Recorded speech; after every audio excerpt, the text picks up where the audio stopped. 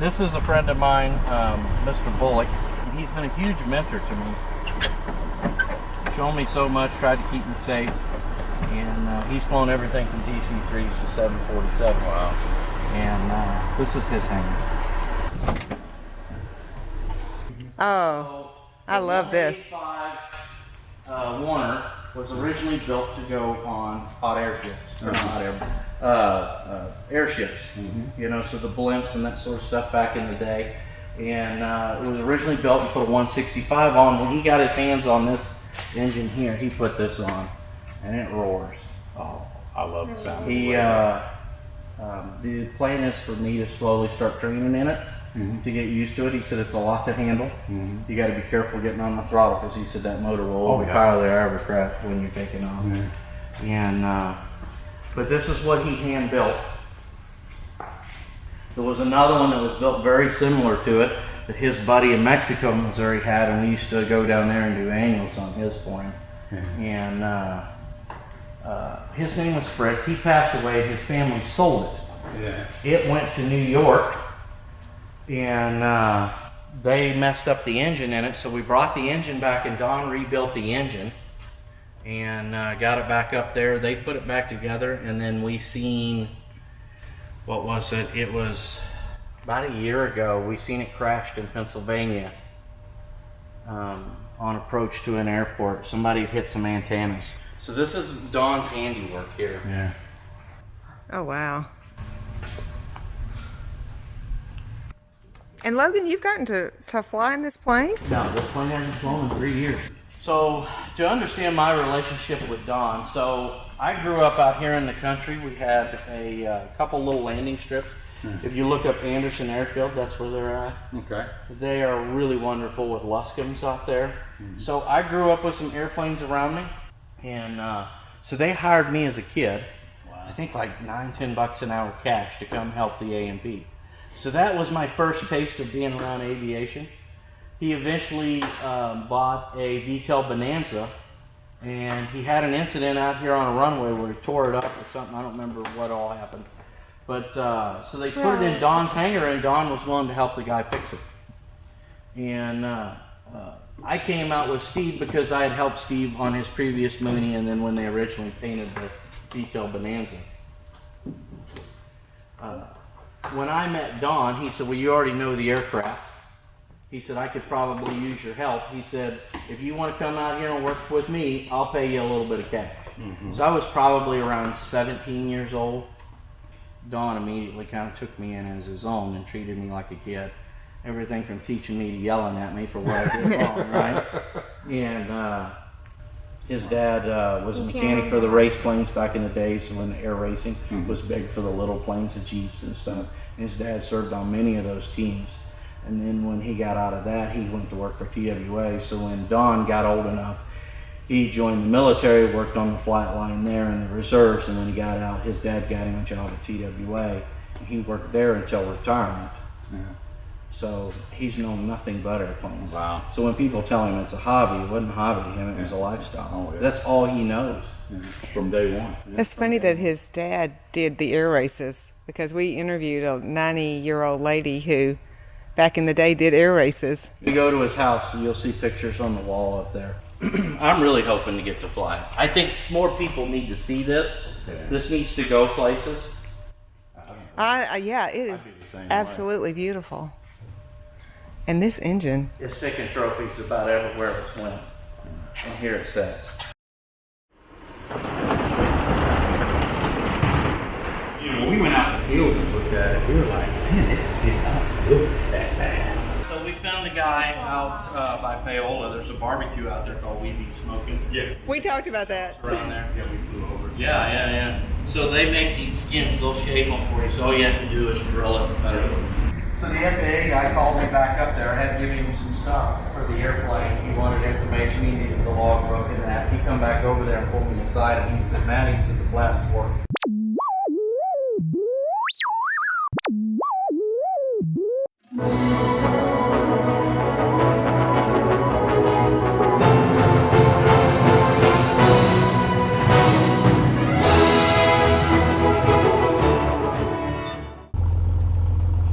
You want me to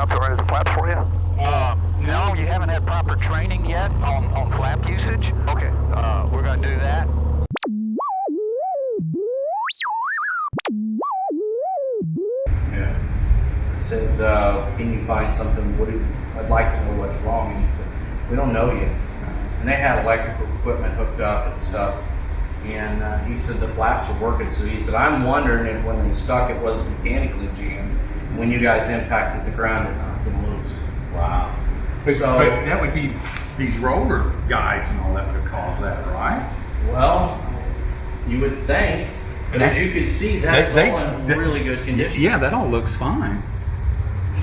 Huh. So it has a motor in one wing, and it runs through a cable to the other side to operate the opposite side. Yeah.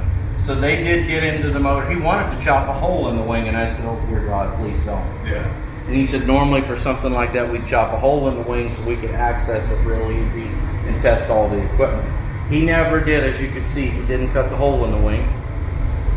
So, but they did work in there. That motor in there is in a really, really tight spot. Yeah. So, yeah, it's a stall horn, which we got to hear that screaming as we went into the corn. It worked really well. Oh yeah, I watched the whole thing. I was standing up on the picnic bench, and I was looking at it. What are they doing? When you first aborted, before you started making the turn, I went, man, they're low. And I went, something's not right. And I stood up, and it was just really slow. And then, you know, I went, I wonder if it's making full power. And I could hear the engine going, but it was just, I mean, it was doing so slow. So there's tons of what ifs. So one of the what ifs in my mind is, if we'd have been more prepared for we're going to have to land, we could have easily chopped the power land and either landed on the taxiway. Yeah. There was grass there. Yeah. There was some different areas there we could have utilized at that point. If we'd have chopped the power at the minute that we knew there was a problem. We want to work through the problem and resolve it. And to be honest, at that point in time, I would have thought it was a problem we could have resolved. Yeah. And that we could have just easily went around and landed. Yeah. Obviously, that was not the case. Yeah. As Dan continued to fly the aircraft, and you know, he very, loud said, "What's wrong with your airplane?" Yeah. You know, and that's when I took over trying to get it, and I was trying all kinds of stuff. I was getting actually pretty tough with that switch.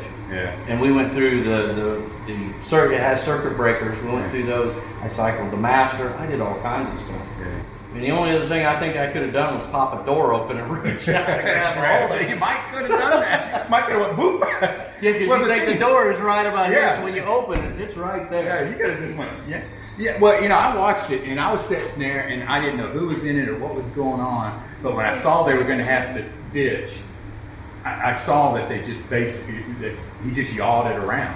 Because I didn't see hardly any aileron inputs at all. It was like, maybe a little bit, but it was mostly, I could just see it. Well, we were getting slower and slower, and I'm sure in his mind that was, we don't want to stall. Yes, yeah. Which, there was a road there. You seen when we went down and there was a road, and in my mind I was thinking, can we get to that road? Yeah. What is it going to take for us to get it to the road to land it? Yeah. And he never tried to go for the road, and it's probably a good thing. Yeah. Because by the time we got close to the corn, that stall horn was screaming. Yeah.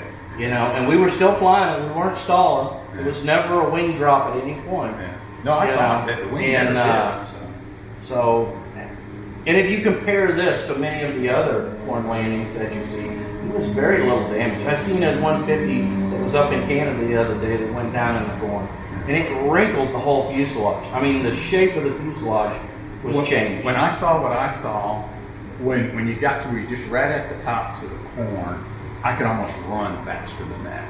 And it was just floating. And then when it hit, it just kind of just sat down, and then it just sat there for a second.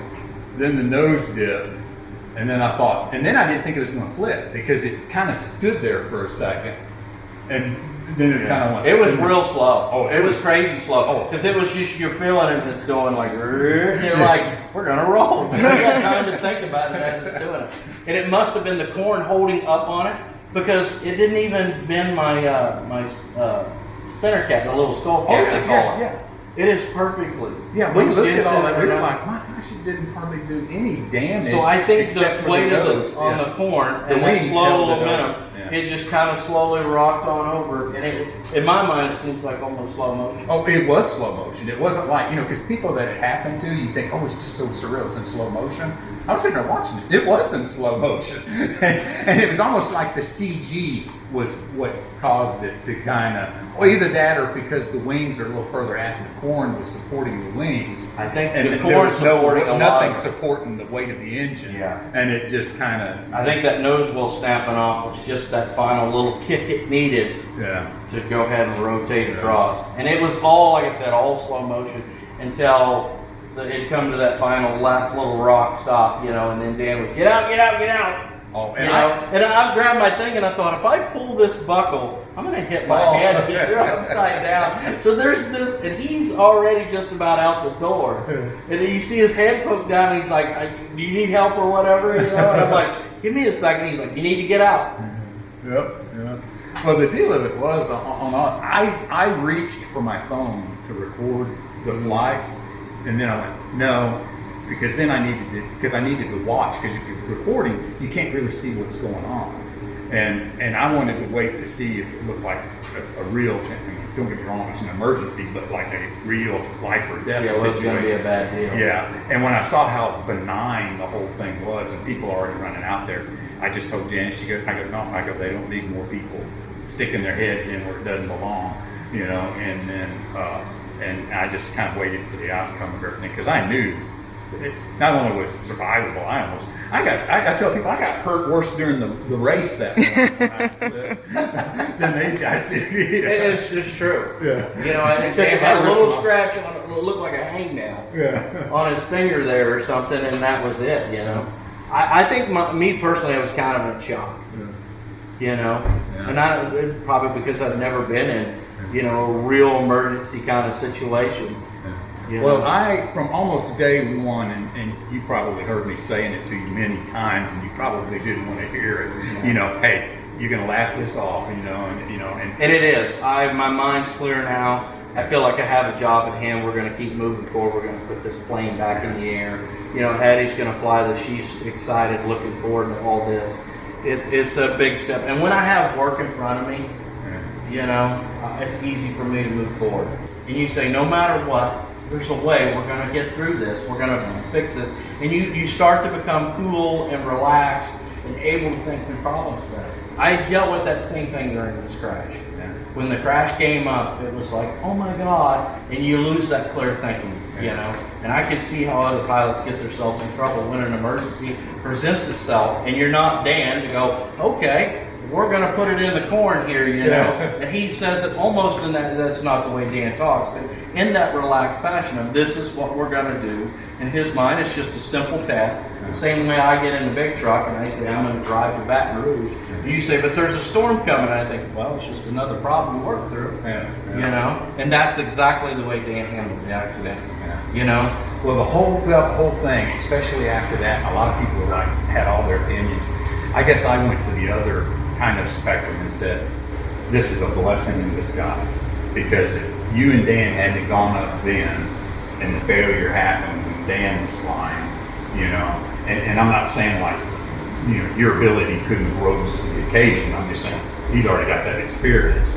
So you got to gain that experience, number one. But number two, I just kept thinking when you were talking about Patty getting in it and going to fly and all this, I kept thinking, well, what if that would have happened when they went up? You know, what would the outcome be? Because you know they were going to use 40 degrees at some point. Even if you say you shouldn't use 40 degrees because it's too much, the airplane has it. You should know if that you do put 40 degrees in because it's just a couple extra seconds on a switch that puts the 40 degrees on below your 30. So you can't say I'm never going to do that. Because like, you know, 1, 2, and there's 40, you know. So you're going to practice it to know if I get this plane in this kind of configuration, how does it handle? You know, and we've done this before. Full throttle, she's not going to maintain altitude. It's just not going to do it. When an instructor gets in there with the student, they want them to know if you get it in this configuration, this is how you handle it. And I've used 40. We used 40 coming into and this is another story I'll tell you guys, we used 40 coming in to land for the air show. And this is why. It's not normally something I use, but it worked out this day. So as we flew in, I didn't know it, but you had the radio. I knew I had the radio in. I didn't know Dan was going to be on the radio, and I didn't know he was on hand.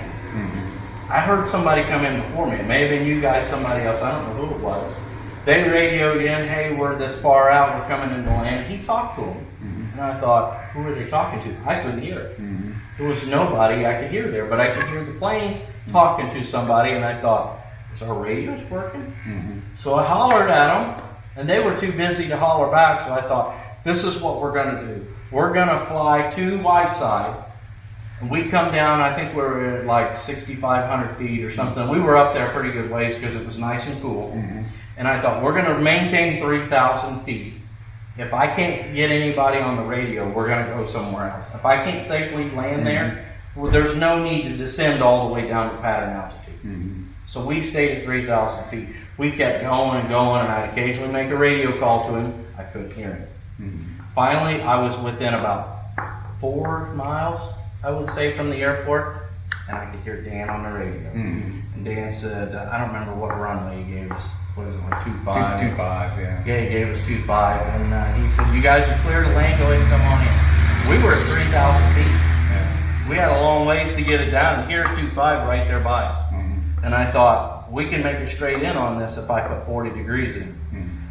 So everything looks good. We set up the landing. I threw 40 degrees in. We brought her back down to probably about, I would say, 500 feet above the ground, and I reduced it from 40 back to 20, which brought my speed back up for me, and was able to get that good control back in it. And then we come on and land it, and everything was perfect.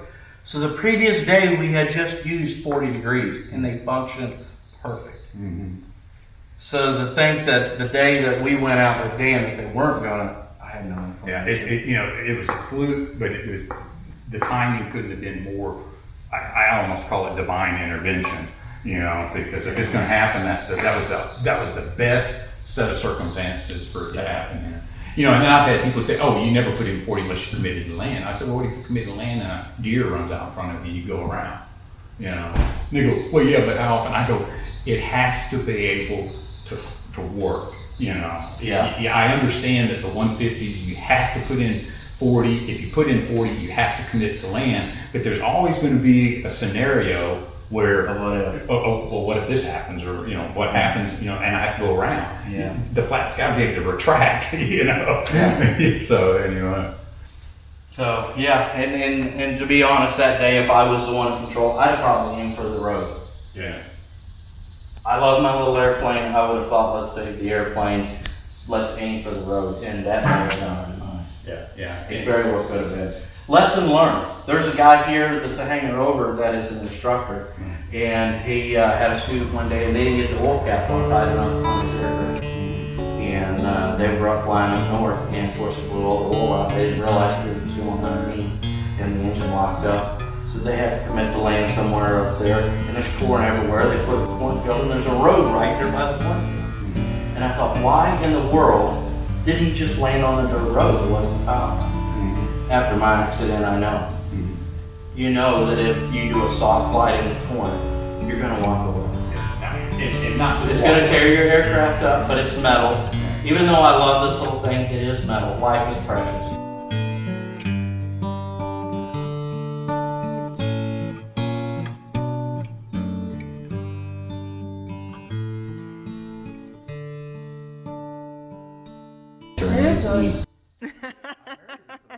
Watching you in my videos, you'll know why I married her. All right. Take a bite, Logan. Because here's what I say. Looks can fade, but cooking lasts forever. Oh, he's awful. He's awful. I like your thinking.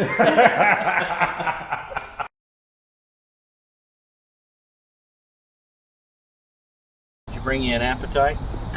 Of course I did. I'm always hungry. I can always Skinny eat. as a rail. Ron, what do you have? Got beef brisket sandwich. Brisket. Okay, Logan, what's yours? Ham sandwich. Ham sandwich. We've Turkey got crunch, turkey and the bacon, right. sauce, chipotle sauce. It's pretty good. Just a ham sandwich. And I got the same thing. That sounded pretty good. It's the turkey crunch and some burn-in beans. And then there's some onion rings over here. And what else? Turkey crunch. Turkey crunch. Oh, you got the turkey crunch too. So we're going to show. Well, she's not chewing, so we'll show her face. 93.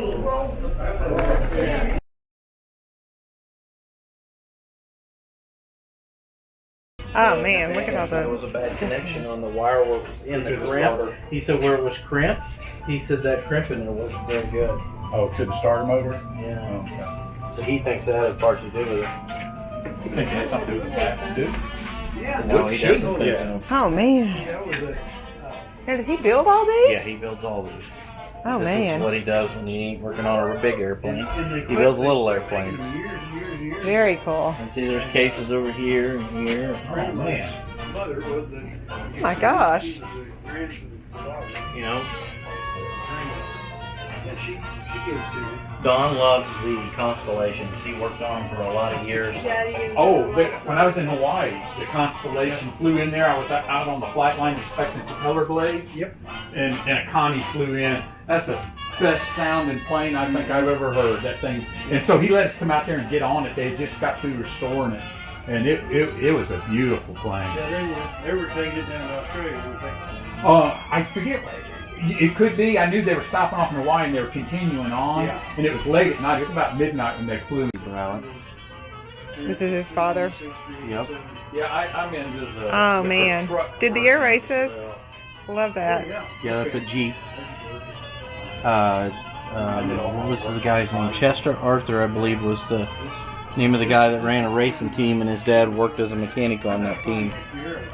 That's out in the garage. Very cool. Look at this. Look how it's all displayed. You know, I see it.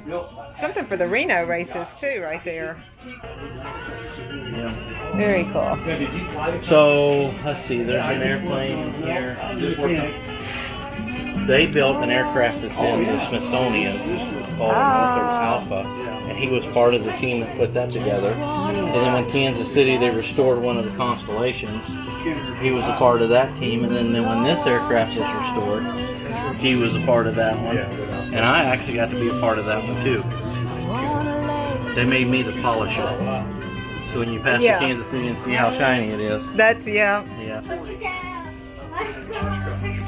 breath in open sky. It's not what we know, it's where we go. I grow wings and tell her goodbye. There we go. Yeah. It's not what we see, Very cool. it's what we choose to. That was my dad was in the cockpit, and the other guy was in the running it. Was in Detroit, Michigan they were getting ready for a flight, and they always went out and ran the engines up. Yeah. I just love what he's wearing too. That's very cool. Trying to get it. There we go. I don't think there's any. Oh, this is the same one. Yeah. That's it with the hair on it here. It's true. We sweat over this tailpipe. We couldn't find one because all the military airplanes had different exhausts. And we finally found one. Found this, and we made our own. You made your own. Yeah. Fabricated it. Yeah.